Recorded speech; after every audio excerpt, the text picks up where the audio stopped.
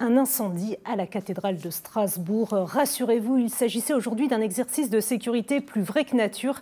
Il a mobilisé près d'une centaine d'agents. L'opération avait pour but de tester les moyens pour sauver les œuvres d'art présentes à l'intérieur de l'édifice. Le reportage de Claire Perrault et Louise Cléty.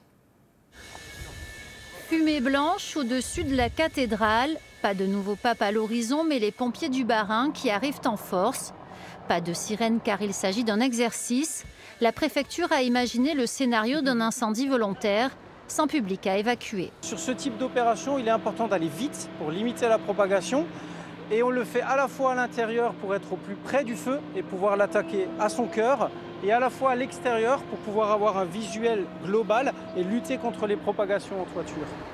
Une fois le faux feu maîtrisé, le vrai travail commence à l'intérieur.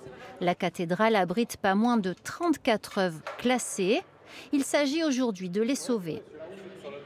Pour chaque œuvre, il y a un protocole particulier et il y a une priorisation qui est faite. Et donc ce que vous voyez là, vous voyez à la fois des œuvres sortir, ce sont les œuvres qui peuvent, elles, être mises en sécurité dans un lieu annexe de la cathédrale, et puis des œuvres qui ne peuvent pas bouger. Comme on a vu tout à l'heure, il y avait un retable, qui sont protégées par des bâches qui sont elles-mêmes ignifugées. Pour certaines œuvres, les pompiers doivent aussi construire des protections in situ.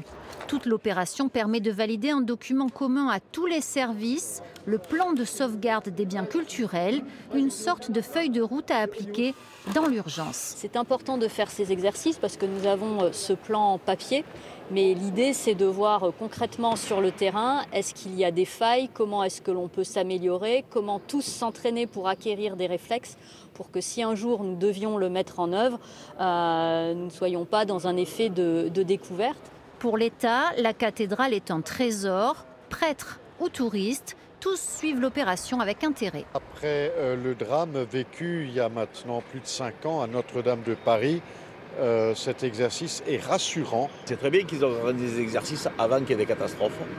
C'est pas mal. C'est bien. On appelle ça tirer les leçons, non? C'est un peu ça.